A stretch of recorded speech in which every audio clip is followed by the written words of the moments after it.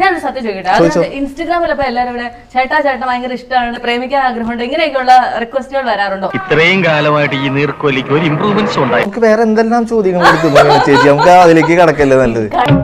സാരില്ലടാ, നീ എവിടെ പരിപാടി അവതരിപ്പിച്ചാലും ഇത് തന്നെയാണല്ലോ നിന്റെ വിധി. അവൻ വന്ന സമയത്ത് ഇതാണ് ഗതിയെങ്കിൽ ഇനി അങ്ങോട്ടുള്ള ഗതി എന്താവോ എന്റെ ഈശ്വര.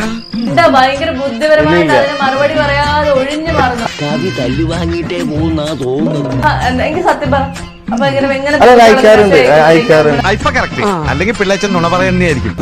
എങ്കിൽ ഞാനൊരു ടാസ്ക് കൊടുക്കാൻ പോവാം. ചോദിക്കണം എന്റെ അമ്മൂമ്മയുടെ ചോദ്യം. സ്പോണ്ടേനിയസ് ആയിട്ട് എന്നെ ഒന്ന് ശില്പിക്കാൻ അയ്യോ. സാധിക്കും. എനിക്ക് സാധിക്കില്ല.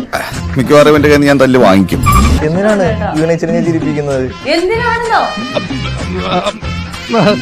ഭാരിച്ച ചോദ്യം ചോദിച്ച് എന്നെ വെറുതെ ബുദ്ധിമുട്ടിക്കണ്ട, പറയുന്ന അങ്ങോട്ട് കേട്ടാ മതി. വീണ ചേച്ചി വേറെ എത്രയോ നല്ല നല്ല ക്വസ്റ്റ്യനുകളുണ്ട്, വേറെ എന്തൊക്കെയോ കാര്യങ്ങളുണ്ട്. ഇവന്റെ ഒരു കാര്യം നീഞ്ഞു വന്നേ, ദൈവത്തെ ഓർത്ത് ചതിക്കരുത്. ഇമാതിരി ക്വസ്റ്റ്യൻസ് മാത്രമേ കയ്യിലുള്ളൂ. എന്താണെന്നറിയില്ല, ഇമാതിരി ക്വസ്റ്റ്യൻ മാത്രമേ എന്റെ കയ്യിലുള്ളൂ. എന്ത് ചെയ്യാനാടാ, ഞാൻ ഇങ്ങനൊരു ദുരന്തനായി പോയി. ഇടയ്ക്കിടയ്ക്ക് ഇങ്ങനെ ആയിട്ടൊക്കെയോ പറയുന്നുണ്ട് ഇങ്ങനെയൊക്കെയാണെന്ന്. ഒരു ലേശം മറ്റുള്ളവർ പറഞ്ഞേക്കാട്ടും നല്ല വീണ ചേച്ചി ഒറ്റയ്ക്ക് ഇവിടെ ഇരിക്കുമ്പോൾ നമ്മൾ സ്വന്തമായിട്ട് മനസ്സിലേക്ക് എന്തെങ്കിലും കുഴപ്പമുണ്ടോ എന്ന് സ്വന്തമായിട്ട് ഒരു വിലയിരുത്തണം നന്നായിരിക്കും.